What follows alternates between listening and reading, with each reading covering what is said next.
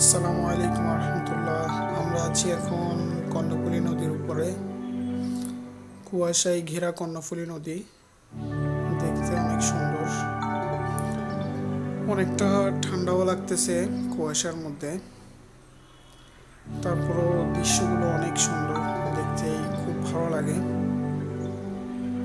মাশাল্লাহ,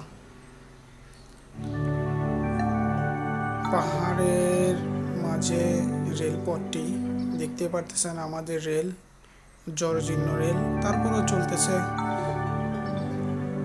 আমাদের যাত্রা হচ্ছে চট্টগ্রাম টু চকরিয়া। পাহাড় কেটে এই রেল লাইনটি করা হয়েছে অনেক সুন্দর দৃশ্যের মাঝে। না আসলে কখনোই দেখতে পারবেন না সবুজের মাঝে। মাশাল্লাহ, আসলে আল্লাহ তাআলার প্রকৃতি অনেক সুন্দর। যদিও প্রকৃতি পাহাড় কেটে এই রেল পথটি করা হয়েছে। আমার সাথে সাথে আপনাদেরকেও দেখানোর চেষ্টা করতেছি।